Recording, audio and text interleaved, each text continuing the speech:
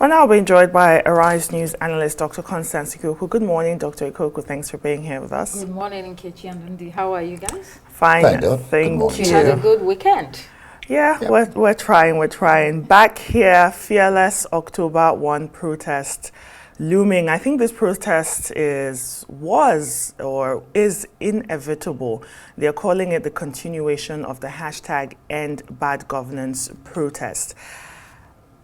There are so many grievances from Nigerians. What are your thoughts on what the government can do to immediately sort of mitigate these issues that Nigerians are facing? This is a protest that we're going to see, a second protest in just 2 months. And we had a report earlier of that rollout of 64 CNG buses. That, of course, is not enough, Dr. Ikokwu, is it? Well, Nkechi, it looks like there are no immediate measures. The ones that have been taken before giving out of palliatives haven't worked.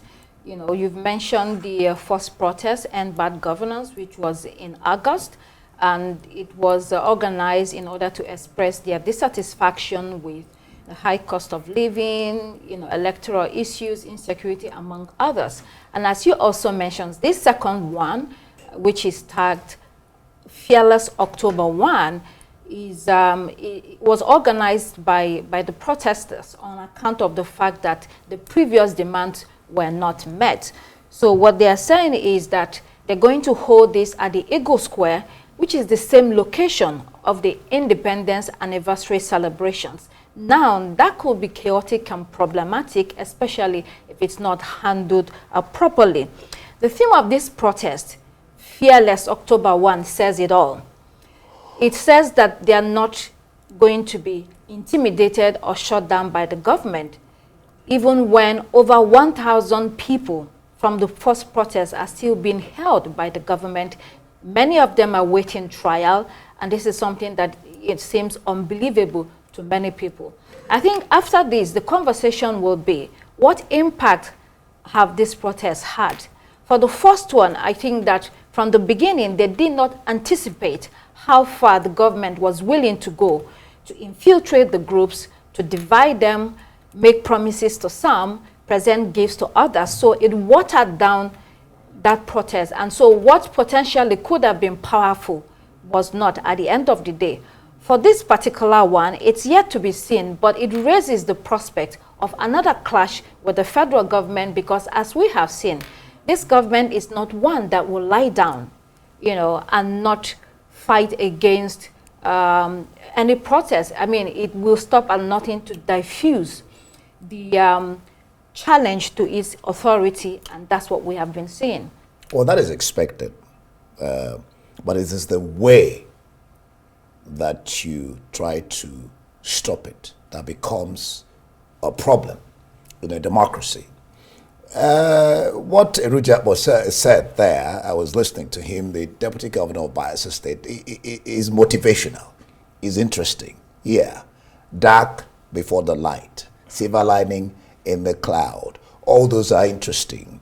But then when you're not seeing the picture from what is happening here, that's what the problem is. They're protesting for one, hunger in the land, rising of hunger, rising cost of hunger, insecurity, government's wastefulness, electoral reforms, human capital development. The question to ask is, has any of these issues been addressed? And when people like the former President Abubakar, Abdulsalam and some others, it's not a political thing.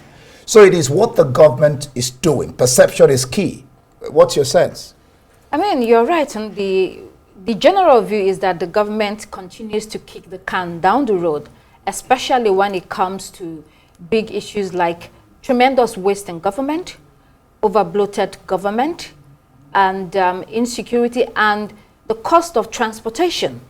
That affects the bottom line and has had a huge effect on everything that we're talking about. But we have not seen a change on this particular issue. They had asked that the price of petrol be reversed downwards, at least to what it was before the government came into power. We haven't seen any change to that. Instead, petrol is, in some places over 1,300 naira today. That has astronomical effect on the the cost of life today in Nigeria. And then there are still coups. I mean, quickly, let's just talk about the role of the security agencies. Across Abuja, I've seen, I don't know if you have, Dr. Ikokwu and Indy, I've seen extensive security measures being taken across Abuja. They've stationed since Saturday and Sunday and this morning as well, especially around the Eagle Square. What are the roles of the security agencies in this protest? Because to me, it seems like a scare tactic. If someone wants to go and protest and they're seeing guns mounting everywhere, you might want to stay at home, Dr. Ikokwu. Well, normally in a protest, in a democratic setting, you should inform, by law here in Nigeria, you should inform the authorities, and they would actually provide protection to the protesters, But what we've seen is that, yes, there is a scare tactic involved in everything. In the first protest, we had a lot of people that were cut down by the police. Some lost their lives, and so some were manhandled by the police. The police are carrying out the instructions of the Inspector General of Police, who is the one in charge of security in the whole of the country.